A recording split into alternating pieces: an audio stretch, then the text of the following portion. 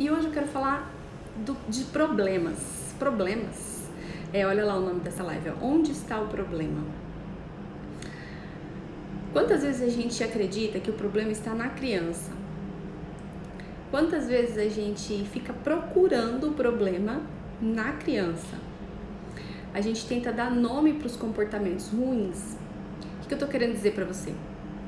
Eu recebo muitas pessoas que me procuram de atendimentos individuais e falam assim: Gabi, você é minha última alternativa. Se não der certo, eu vou para um neuro, porque meu filho só pode ter TOD. Ou meu filho só pode ter TEA, né? Que é o espectro autista. Ou meu filho só pode ter algum problema psicológico, eu vou ter que mandar ele para psicólogo. Eu escuto muito isso. E eu sei que essas frases, elas vêm de uma angústia, né? De uma angústia de mãe, de uma angústia de pai, que não sabe mais o que fazer, que não consegue mais, que não tem mais solução para o problema. E aí, diante dessa, né, incapacidade de resolver o que está acontecendo, a gente acaba jogando a responsabilidade totalmente para a criança. Mas deixa eu falar uma coisa. Quanto mais a gente tenta procurar na criança a causa do mau comportamento dela, quanto mais a gente tenta procurar na criança a causa do mau comportamento dela, mais a gente se afasta da solução dele. Por quê? Quanto mais eu procuro o motivo onde ele não está, mais distante eu vou ficar dessa solução, certo? Eu me afasto daquilo que vai resolver o problema, porque eu estou procurando em outro lugar. Sabe quando a gente brinca de batata quente não, quente ou frio? Era da nossa época isso, né? Tá quente, tá frio, tá quente. Você tem que ir achando o objeto escondido pelo tá quente, tá muito quente, tá pegando fogo. É a mesma coisa. Quanto mais eu estou ali procurando na criança, tá frio, tá ficando frio, tá gelado, tá lá no Polo Norte. Você se afasta da solução, porque a solução está dentro da gente, a solução somos nós, pais e mães. Independente do tipo de necessidade da criança, se a necessidade dela é fisiológica, ou seja, ela está com sono, ela está com fome, ela está cansada, ainda assim a solução somos nós.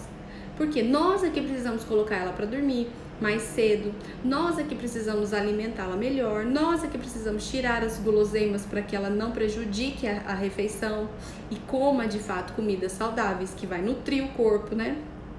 E não só tapar a fome, né? Enganar a fome.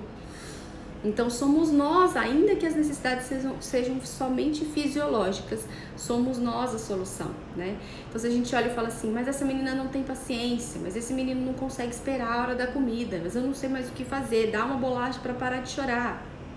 Mas eu estou me afastando da solução, porque mais essa criança vai ficar atrás de mim, querendo a bolacha, querendo o biscoitinho, querendo beliscar antes da refeição. E menos eu consigo ensinar para ela sobre a importância de se esperar a hora do alimento, para comer melhor no café da manhã, para aguentar o almoço, o horário do almoço, se ele está dentro do horário, se você não se atrasou. Então, mais eu fico me afastando de solucionar o problema, ou seja, de ajudar a minha criança, de ensinar habilidades importantes para ela, tá? E mais eu vou rotulando ela. Além de rotulando, eu vou colocando pensamentos negativos sobre a autoaceitação dela, a autoestima dela. A imagem positiva que ela faz sobre ela mesma não existe, acaba sendo uma imagem negativa, tá? De críticas, de julgamentos. Então, é muito importante a gente parar para ver isso. Ontem a gente tem um grupo, o último workshop que eu fiz online agora, semana passada, a gente criou um grupo de pais. Eu tô adorando aquele grupo porque as mães têm compartilhado o dia a dia delas e os ganhos e as dificuldades na educação dos seus filhos, e umas têm ajudado as outras.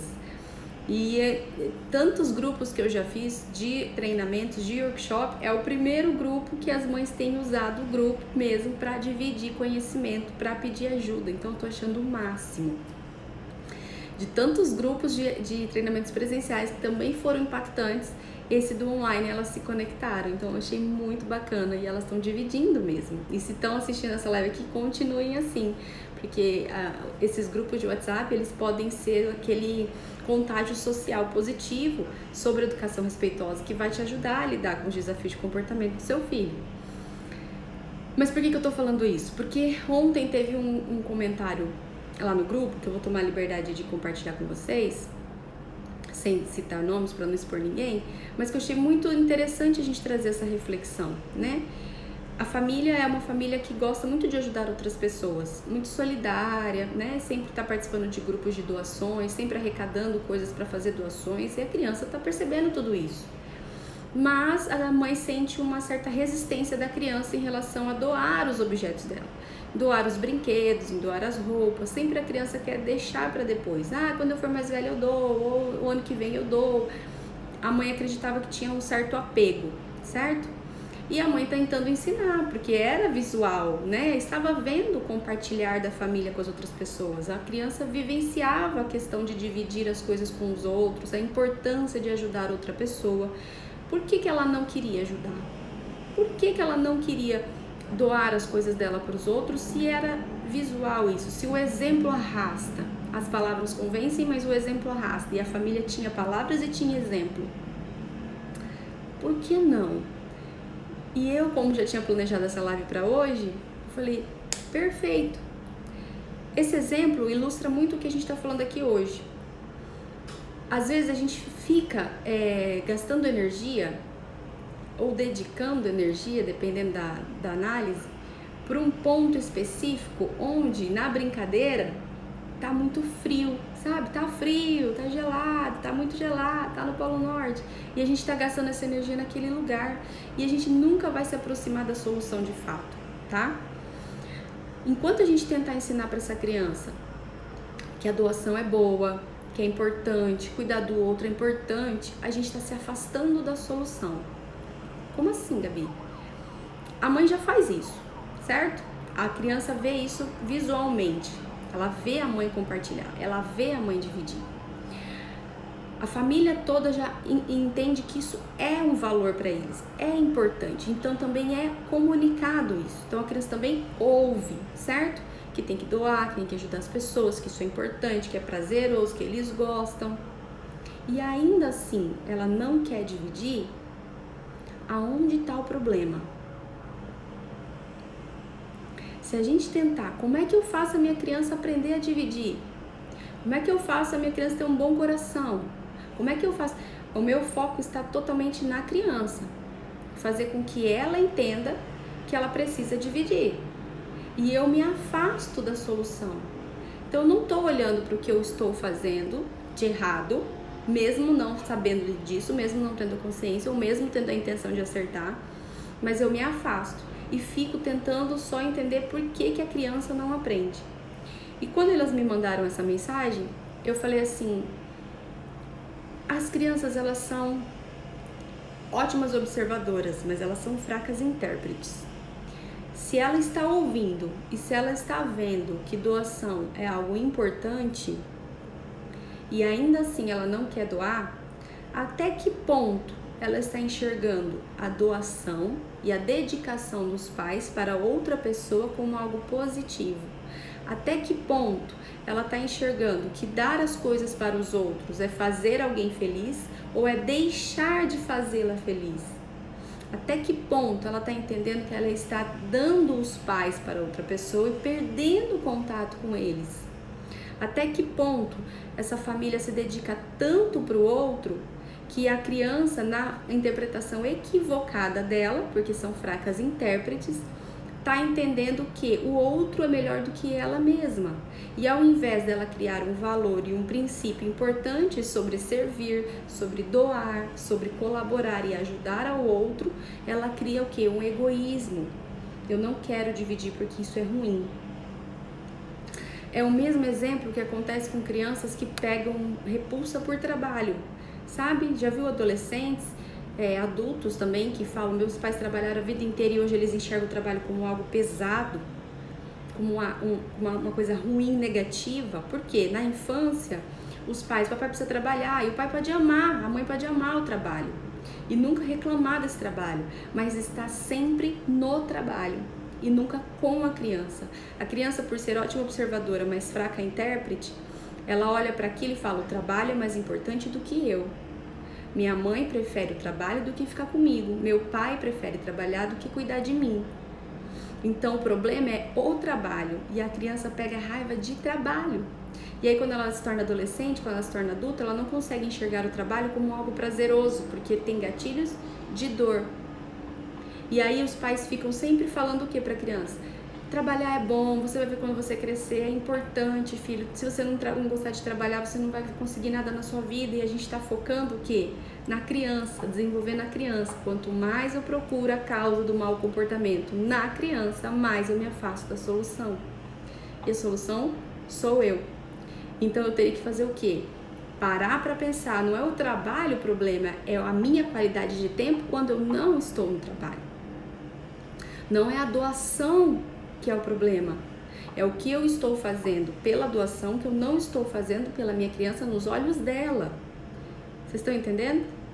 É começar a perceber isso, para daí sim a gente sanar a raiz desse problema e não só os sintomas, porque esses comportamentos ruins são só sintomas. O que está causando esse comportamento ruim? Qual é a doença que causa o sintoma? É isso que eu preciso aprender a enxergar. E para eu aprender a enxergar isso, eu preciso parar de olhar para a criança, rotular o comportamento da criança e começar a olhar para o meu comportamento e para mim, o que eu ando fazendo ou deixando de fazer que está contribuindo para isso. Porque pode ser coisas que eu faço, como coisas que eu não faço. E ainda que as coisas boas que eu esteja fazendo sejam importantes e sejam valores importantes para a família, ainda assim a criança pode enxergar aquilo como equivocado se ela entender que ela está entre você e esse valor. Ela precisa entender que ela está com você e esse valor faz parte de quem ela é também. Então, ao invés da gente focar em dizer para a criança, trabalho é bom, você vai ver, você tem que gostar de trabalho, mostre para a criança, inclua ela no seu trabalho, traga ela para perto de você, tenha mais tempo com ela, dedique o mesmo tempo para o seu trabalho na medida do possível, também de qualidade para a tua criança, também na medida do possível, e assim vocês vão construindo uma relação muito mais saudável, certo? Em relação ao que você quer ensinar e o que de fato sua criança está conseguindo entender. A mesma coisa da doação.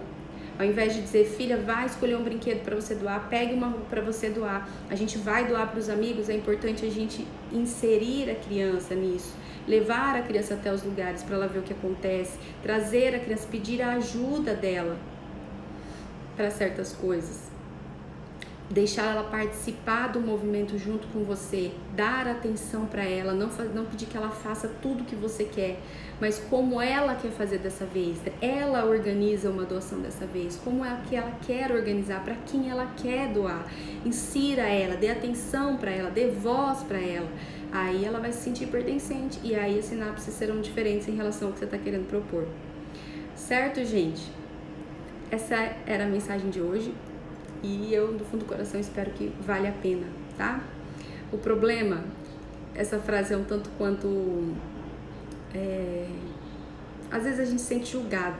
Não acredito que seja uma frase julgadora, onde está o problema? Mas a gente se sente, às vezes, julgado, às vezes, como pai e mãe, a gente se sente culpado, né? Teve uma vez num treinamento que um pai falou assim pra mim, nossa, mas então me crucifica, porque todo o problema do universo sou eu, né? Eu e a mãe. E esse pai se sentiu mal, né, diante dos vídeos que estavam sendo passados ali, mas depois fez tudo sentido para ele. Mas no primeiro momento é isso que acontece mesmo. A gente tem um choque, porque é uma responsabilidade muito grande. Então, tudo que acontece de errado no meu filho, eu sou o responsável. Então, tudo tem que olhar para mim, então não posso, né? Então, não é o meu filho que tem TOD, não é o meu filho que tem isso. O problema sou eu. Se você for estudar TOD, hoje em dia, muitos psicólogos, psicanalistas, terapeutas, eles andam falando isso, e eu até fiz uma live porque eu li um livro sobre crianças com TOD inteiro e eu compartilhei com vocês aqui numa das lives. Eles dizem que o TOD, que é o transtorno opositor desafiador, ele é reflexo do comportamento dos pais, do que os pais provocam nos filhos por disputa de poder dentro de um temperamento forte que a criança já tem. E aí os aprendizados, as sinapses de aprendizado dessa criança se tornam sinapses o quê? De objeção. E aí essa criança tem mesmo uma necessidade grande de sempre se opor à opinião dos seus pais, mas foi um aprendizado por um confronto demasiado que ela vive em casa. Então os pais precisam alterar, mudar um pouco o comportamento, e muitos terapeutas, psicólogos têm tratado os pais para tratar o TOD nas crianças. Isso está sendo muito comum hoje em dia, muito comum, né? Se afastando cada mais dos médicos, de remédios, de psiquiatras mesmo, de neuros, para conseguir educar, mudando o comportamento dos pais. Então, gente, a infância é um terreno que a gente vai pisar a vida inteira, tanto eu quanto você e a sua criança. O que a gente vive aqui reflete lá. A questão não é se sentir culpado, se sentir responsável. O que me cabe e o que eu posso e consigo fazer, eu vou fazer. Sabendo que não é sobre perfeição, é sobre evolução, e nós vamos errar. Sim, isso faz parte, não existe adulto perfeito, sem trauma, sem dor. Não existe, porque o cérebro da criança interpreta as coisas de formas diferentes. Então, por mais que você esteja educando positivamente, talvez sua criança pode não receber da mesma forma, mas ainda assim as sequelas são menores quando você tem a responsabilidade, quando você tem o amor, quando você tem o respeito.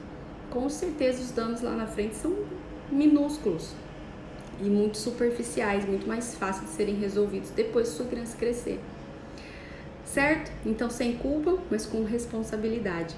E se você não souber o que fazer agora, não deixe de estudar, continue estudando até se tornar, até saber, até aprender, até ser automático, ok? Um beijo grande para vocês e a gente se vê de novo na segunda-feira.